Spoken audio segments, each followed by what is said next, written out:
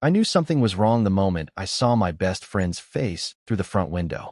I had expected Hannah to laugh when she saw me standing on the porch with my suitcase after returning from overseas 2 days earlier than planned. Instead, she went completely still. The color seemed to leave her face, and for several seconds, she simply stared at me as if she had seen a ghost. Then she hurried to the door, stepped outside, and quietly told me not to go upstairs. That one sentence changed everything I thought I knew about the friend I had trusted for more than 15 years. Before we continue, if you believe kindness, hope, forgiveness, compassion, and second chances can change someone's life, please take a moment to like this video, share it with someone who needs encouragement, leave a comment, and subscribe to the channel. Sometimes the smallest act of kindness becomes the beginning of someone's greatest second chance.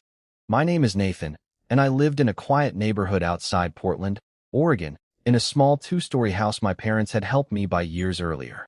I worked as an electrical technician, and that summer I had been sent overseas for a 6-week project. Before leaving, I asked my closest friend, Hannah, to watch the house. She knew where everything was, watered the plants, collected the mail, and promised to keep an eye on the place. I trusted her completely. She had been there through difficult seasons of my life, including the years after my father passed away, and I never imagined that anything could make me question her. The project ended earlier than expected. After a long flight home, I drove straight from the airport to my neighborhood. I was exhausted, but I was happy. I imagined opening my front door, dropping my suitcase, making coffee, and finally sleeping in my own bed. But when Hannah opened the door, her expression destroyed that peaceful picture within seconds. She looked frightened, not because I had returned, but because I had returned unexpectedly. I asked what was upstairs. Hannah lowered her eyes and said she needed to explain something first. My heart began pounding. I noticed that the living room looked different. There were several cardboard boxes near the hallway, and a stack of old blankets sat beside the stairs. Nothing looked damaged, yet the house felt strangely occupied, as if another life had quietly moved into mine while I was gone. Hannah finally admitted that she had been hiding something from me. A week after I left, her younger brother, Caleb, had lost his job and was facing eviction from his apartment. He had been struggling financially for months, but he was too ashamed to ask anyone for help. Hannah had allowed him to stay temporarily in my unused upstairs guest room without telling me. She said she intended to tell me immediately, but every day she waited because she feared I would be angry. I was disappointed, but then I noticed something else. The boxes weren't Caleb's belongings. They contained old photographs, books, and handwritten notes. Hannah slowly explained that Caleb wasn't upstairs anymore. He had moved out that morning. The boxes belonged to someone else. My confusion deepened until Hannah finally told me the truth. While helping Caleb pack, she had discovered a collection of letters from my late father that had been stored in an old box in the attic.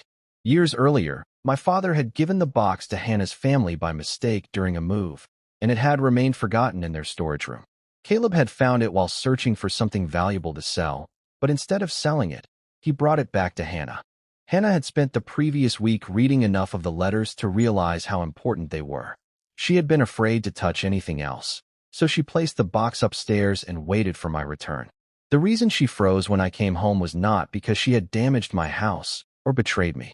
She was terrified that I would blame her for keeping such an important part of my father's life from me. I walked upstairs slowly. The room was quiet, filled with afternoon sunlight. On the desk sat the old wooden box. My hands trembled when I opened it. Inside were letters written by my father during the years when our family had struggled financially. They weren't dramatic or extraordinary. They were simple notes about work, family, faith, and his hope that one day I would understand that a person's worth was never measured by money or success. One letter was addressed to me but had never been given to me. In it, my father wrote that he hoped I would become someone who helped people without asking what they could give in return. He wrote that kindness was most meaningful when nobody was watching. I sat quietly for a long time. Then I understood why Hannah had been so afraid. She had made a mistake by letting Caleb stay without asking me.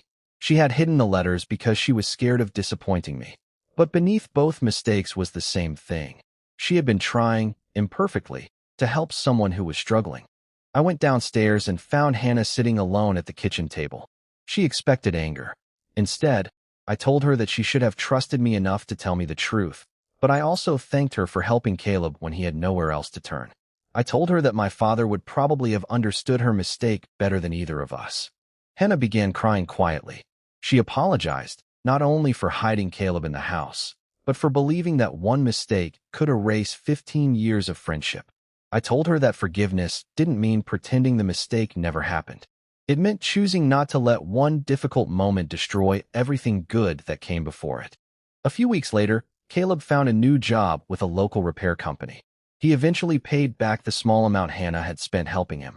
As for the letters, I placed them in a wooden box beside a photograph of my father. But I kept one sentence from his letter written on a card in my desk.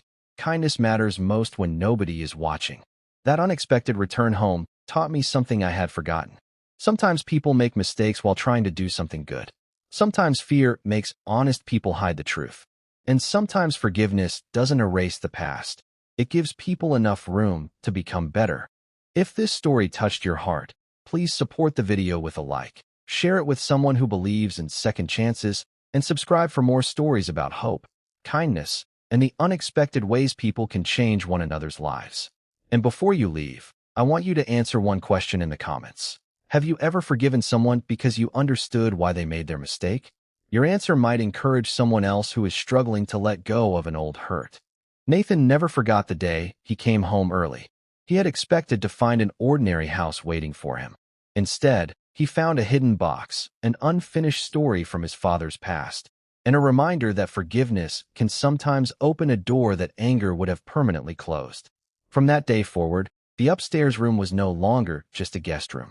It became the place where Nathan kept his father's letters, and the place that reminded him that even when people fail, kindness can still give them a way forward.